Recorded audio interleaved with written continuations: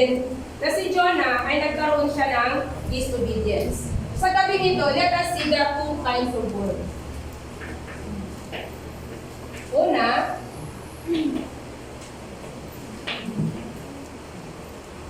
kapag tayo mayroong disobedience, ano ba yung mangyayari sa buhay natin? Huwag na tayong lumayo. Let us say, let's example in our own family. Pag tayo mayroong mga anak, unong tayo naging bata pa, nagkaroon tayo ng disobedience, anong mangyayari sa atin? Palo, di ba? Punishment. Kailangan magtanda para maituwid. Bakit mayroong ganun si Jonas? Kung makikita natin, si Jonah, unang-una mayroon siyang unbelief. Bakit mayroon siyang unbelief? Because Satan already given. Di ba po? Hindi siya naniwala. Sa unang tawag sa kanya ng Panginoon, sa unang utos sa kanya, hindi siya naniwala. At hindi niya pinaniwalaan na totoo yung sinasabi sa kanya at inuutos sa kanya ng Panginoon. At mayroon siyang misunderstanding, misconception din. Amen po? Kapag tayo mayroong misconception, ay, hindi ako tinatawag ni Mama. Wait lang, Ma, tapusin ko itong nilalaro ko. Ay, hindi naman talaga pala ako. Si ate yung pinatawag. Di ba marami tayong mga ganon? Haka-haka. Tapos minsan naman, kapag tayo tinawag ng Diyos bilang isang leader, ako ba? Karapat-dapat? Ako ba talaga yung pinili? Naku naman si Pastora kasi, siya yung nagtuturo sa akin. Si Pastor kasi, yung leader ko kasi. Marami tayong mga excuses. Marami tayong self-centeredness. Laging hindi nawawala, di ba po? Laging naroon tayo sa self-centeredness. Kapag naroon tayo sa self-centeredness, sarado yung ating mga isip, mga tenga, sa pakikinig ng nanggagaling sa iba. Di ba po? Mahirap i-acquire, mahirap i-adapt kapag yung sarili mo yung palaging nangununa. Parang hindi mo na re-recognize yung mga nasa paligid mo. Pero si Jonas, napakalaking self-centeredness. Kasi bakit? Unang-una, inisip nila kayo ng pagkawan ng Diyos. Like for example, nung bata pa ako, kapag nasa madilim ako, walang nakakita sa akin. Diba? Pag nagtatago ka sa laro mo, magtatago ka sa madilim, sa malayo. Talagang akala mo, tagong-tagong ka na hindi ka makikita. Ganun yung inisip niya. Hindi ako makikita ng Diyos. He didn't believe that God is with him. Hindi siya naniwala sa Diyos kasi kung naniwala siya na ang Diyos ay nakikita kahit saan ka man, ano man ang ginagawa mo, God is everywhere, hindi niya maiisip yun. But because of Satan, na talagang siya ang may pakanan ng lahat, kaya nabulag siya. Kaya sinunod niya yung kanyang sarili. Misunderstanding ni Jonah sa utos-utos. Kaya naman, mula noon, si Jonas ay nag-isip siya kung paano siya makakatago. Diba? So, pumunta siya sa isang dako, at doon naman ay nag-aantay yung isang dako. Yes, answered prayer! Di ba may mga ganun tayo? Lord, ayun ko talaga. Tapos si ano tinawag, salamat, buti na lang siya yung tinawag. Hindi ako. Di ba? May mga ganun tayo. Na misunderstanding na akala mo ay kasarutan. Pero anong tawag doon?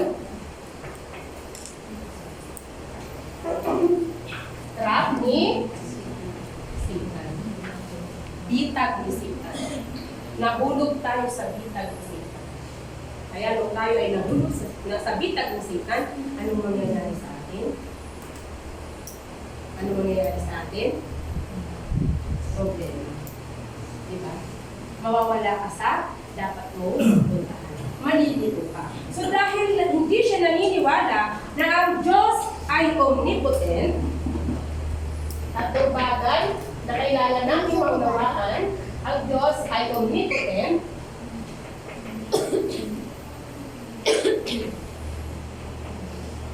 ano pa? Ang Diyos ay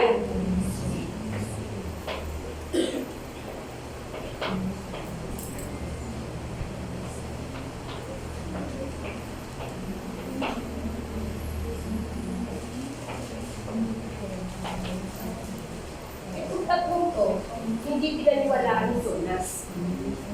Hindi siya naniniwala na nakikita siya ng Diyos. Hindi siya naniniwala na ang Diyos ay kahit nasa ang parte ay naandun. Meaning to say, he didn't believe that God is creator. He didn't believe na ang Diyos ang may likha sa kanya. Di ba po? So pag hindi tayo naniniwala, kahit anong paliwanag sa'yo, hindi mo yun mapapaniwalaan. Bakit po? Kasi mayroong kang your own thinking. Sabi nga ni Reverend Hughes, your own thinking, your own thoughts is wrong. Bakit? Amen. From the beginning, galing kay sila. Amen. Because we have the fundamental problem. Dahil sa fundamental problem, kaya naman,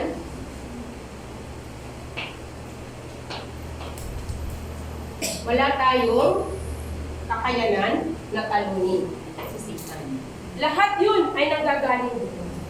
So nagkaroon siya ng self-centeredness, nagkaroon siya ng successful centeredness, nagkaroon siya ng money-centeredness. Yun yung tatlo na to, kapag ito yung nandoon sa akin, sira yung buhay natin. Wala tayong future. Hindi natanaw ang future. Kasi bakit? Maling thinking. Maling pagkakaunawa. So sabi nga dito, ano yung mangyayari o ano ang resulta kapag ikaw ay hiwalay sa Diyos? Tayo ay hiwalay sa Diyos. Siyempre, kapag ikaw ay hiwalay, kahit na nga yung mga anak natin hiwalay sa magulang, o kahit na tayo ay hiwalay sa asawa, o kahit na tayo ay hiwalay sa best friend natin, mahirap. Mag-isa. Di ba po? It's not just because like, kasi naman, pwede naman akong mag-depend sa iba kong classmate. Pero pag hindi mo siya best friend, mahirap mag-isama. Di ba? Naranasan niyo yun, high school? Naranasan ko yun. Nung may best friend ako sa high school, pagdating na ng second year, nag-iba kami ng section. Kasi kita ko may iba na siyang mga close friends. Oh, sakit. Diba? Kasi bakit? Nasanay ka na sa kanya. You depend on her. So si Jonas, nagdepende siya sa kanyang sarili. Diba po? Nagdepende siya sa kanyang sarili. Kaya naman, na-misunderstand niya na siya ay ang Diyos ay tinatawag siya. Kaya naman anong nangyari? Nagkaroon siya ng suffering. Ito yung fundamental problem, naging makasalanan, at naging Satan slave. Slave. Kapag tayo sinabing slave, wala tayong karapatan magreklamo. That's why, anong nangyari sa kanya? Siya ay nagkaroon ng suffering. At hindi lang basta-basta. Diba? Anong ginawa sa kanya? Hinulog sa dagat. Ikaw kaya, ihulog kita sa dagat. Anong gagawin? Matutuwa ka ba? Hindi. Matatakot ka. Diba? Nung kami nga kumalang sa Pagadian eh. Talaga naman sa Lagoon. Sa Lagoon. Sa Lagoon. Grabe. Yung buong kaluluwa ko nanginginig. Okay, kung sinong tatalon, may pananampalataya. Kung hindi tumalon, walang pananampalataya. Tumalon na sila lahat. Ako na, it's my turn. Si Pastor, di talaga naman ako. May po ako, fear of heights talaga ako. Sarya, walang pananampalataya. That's why. Ano naman to? Sige na, tatanong tayo, Pastor, tayong dalawa. Wala, lumawa ka na ako ni Pastor. Hindi ko talaga kaya, Pastor. Itutulak niya na ako. Diyos ko, wag basta. Sige, mamamatay. Pero, sige. In Christ Jesus talaga, katalon na ako. Nakailang beses ako ng pagano'n-ganon, no? Naranasan nyo nila. Lahat sila teachers. Si Pastora Jonah, naman na. Grabe talaga. Oh, si Sir Joshua nga, tumalon may life jacket, muntik pang malulog. Pero, si Jonah, tumalon, hindi nalunod. Bakit? Kinain ng isda. Dinunok ng isda. Kasi kung kinain, durog-durog na ito. Pero naisip niyo po ba? Totoo ba na kinain ng isda si Jonah? Hindi. Parable lang yun. It's just like an explanation. Ilang araw si Jonah sa loob ng isda? 3 days. 3 days. So mamaya yung karugtong niyan, ano yung ibig sabihin ng 3 days? But, if we obey, sabi nga, obedience is better than sacrifice. Kasi minsan, kaya naman, tayo napi-fail kasi nagsasacrifice lang tayo. We didn't obey. We insist our own. Hindi naman talaga yung pinapagawa sa iyo. Ano? Sacrifice? Gagawin mo ko para sa iyo. Pero, hindi naman pala yun yung gusto niyang gawin mo. Ginagawa mo lang dahil gusto mo. But obedience is from God. Dapat mag-obey tayo galing kay Lord. Amen. So kung mayroon tayong obedience, like for example, maralaman mo na ikaw ay may Holy Spirit during your prayer. During your prayer, kailangan mong mag-obey kung ano yung whisper sa'yo ng Holy Spirit. Paano po ba natin ma-recognize na Holy Spirit ang nag-whisper? Paano? Siyempre, pag positive. Mag-whisper ba yung Holy Spirit? Oh, hindi mo si gano'n. Hindi yun Holy Spirit. Di ba po? Sino nag-whisper? Si. So as we see, kailangan natin ma-restore yung disobedience o yung misunderstanding ni Jonas. Paano natin ma-restore? Unang-una, we have to pray. Bakit? Nung si Jonah nandoon sa loob ng fish tank, anong nangyari? Doon siya nagkaroon ng repentance. Nag-repent si Jonah. Amen. At doon niya na-realize na mali pala yung kanyang ginawa. That's why he repented his sin. That's why humingi siya ng tawad at nagpuri siya sa Diyos. And since that time na siya ay nag-repent, anong sinabi ng Panginoon sa isda? Iluwa siya. Hindi lang basta iniluwa doon mismo sa gitna ng dagat. Saan? Kung saan siya?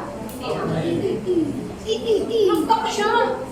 Di ba magtataka kuya? Kung 3 days ka sa loob ng isda tapos buhay ka pa?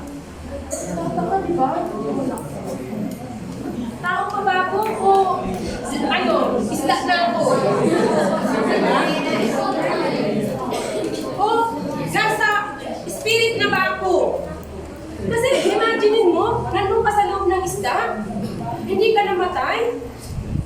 Di ba? Amazing. Amazing. Diba?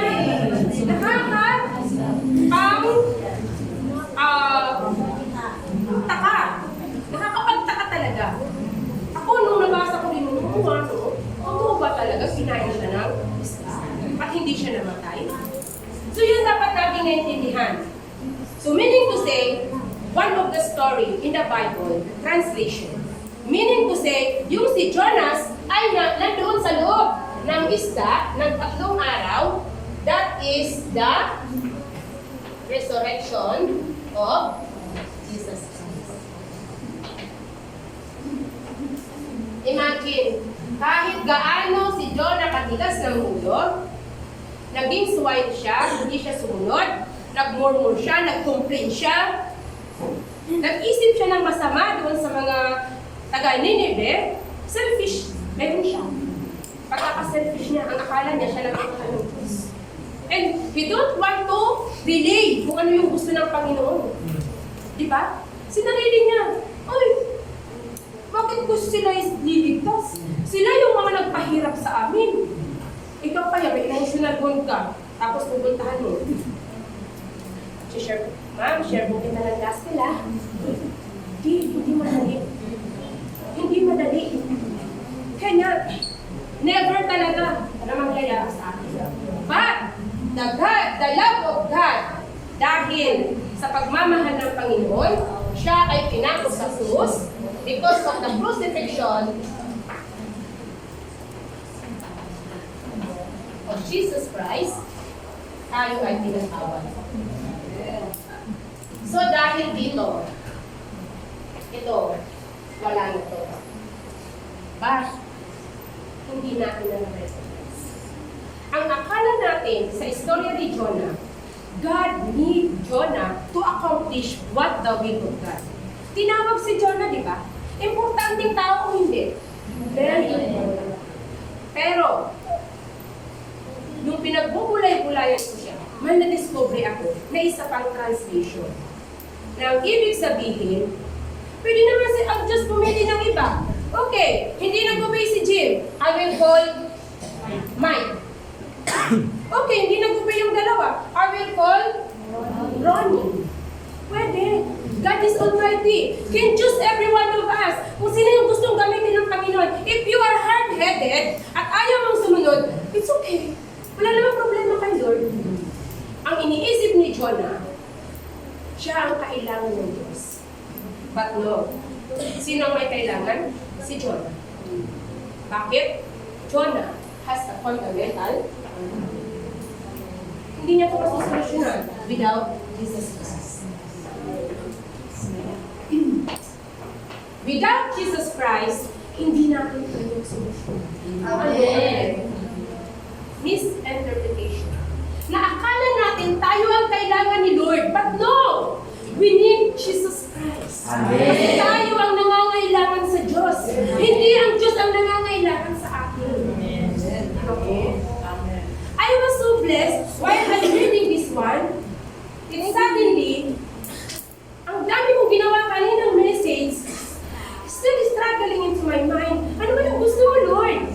And while I keep on reading, yun ang binigay ni Lord. Amen. Hindi si Jonah, hindi ang Diyos ang may kailangan sa atin. Tayo ang may kailangan sa Diyos. Amen. That's why we're so precious. Amen. We are here. Nakakinig na tayo ng accurate gospel. Magpapatumpik-tumpik pa ba tayo? Magpapabebe pa ba tayo? Magpapatuloy pa ba tayo maging slave ni Satan? You want to become slave, still slave? Until when? Hanggang tayo mamamatay? At pupulutin tayo sa impyerno? What for? Ano yung salvation na tinanggap natin kung hindi natin ito aalagaan at pabubuhayin? That's why, what the Bible said, napaka-imposible na si Jonah kinain ng isda. Hindi talaga yun. The real explanation, si Jonah sa loob ng 3 araw sa loob ng isda, it symbolizes the resurrection of Jesus Christ. Makita natin kung gaano ka-importante ang Diyos sa buhay. That's why, we're so blessed. Bakit po? Tayo yung pinili ni Lord na binigyan ng accurate gospel na nais ng Panginoon ma-restore ang relationship natin. Amen. And how do we do? Paano natin gagawin? Prayer. Let us set in our mind na ang panalangin ay hindi para sa Kanya. Ang panalangin ay para sa akin. Para sa iyo. Individual. So why we are so lazy to stand up and praise God early in the morning? Napakasakit. Ang hirap naman kasing tawag doon, bumangon, ang lamig-lamig, ang sarap ang matulog. Di ba po? But praise God, bakit? Sa paggising pa lang natin sa umaga, bawat paggising, ito ay isang blessing. Amen. Kung ito'y nare-recognize natin, it doesn't matter kung ano yung nakaraan natin. We're not so good, we're not perfect. That's why, sinong kailangan natin? Amen. Kasi kung perfecto tayo, hindi na natin kailangan si Kristo. Amen. That's why, ano sabi ng Panginoon? Come to me. Lahat kayo na napapagay. Lahat kayo na nahihirap. Come to me, and I will give you rest. Amen. Pero ano nangyayari sa atin? We just put it in our mind at nagiging malaki lang ng ating mga ulo as a knowledge. how faithful God we have. And how to be faithful kay Lord. Eh kasi naman, hindi naman talaga ako perfectong tao. Bakit kasi ako? Tanggalin na natin yung mga mindset natin na yun. Let us confess that Lord, I need you. Amen. Ikaw ang aking kailangan. And if we have to recognize ano magkakaroon sa atin, absolute value, only Christ. Absolute value, prayer. Absolute value, worship. Absolute value, Bible study. Lahat yan magiging absolute value. Let's say, kasi naman nagbubuntis ako. Kasi naman, dami ko pang maliliit na anak. Kasi ang dami na akong kasi. Let us recognize na wag na tayo maging puta si Satanas. Amen. Amen? Amen. Mahal tayong lahat ng Diyos. That's why God came to this world for us to be saved. Sino may kailangan? Hindi si Jonas. Ay, hindi ang Diyos ang may kailangan sa Diyos. Kundi si Jonas ang may kailangan. Because of His eternal promise. Because of His fundamental promise. His spiritual promise. That's why tonight, let us acknowledge that we really need Jesus. Amen. It doesn't matter how our past, it doesn't matter kung gaano tayo naging malayo sa Panginoon. This is the time to restore. Amen. This is the time to recognize that I need Jesus. Amen. Let us confess tonight.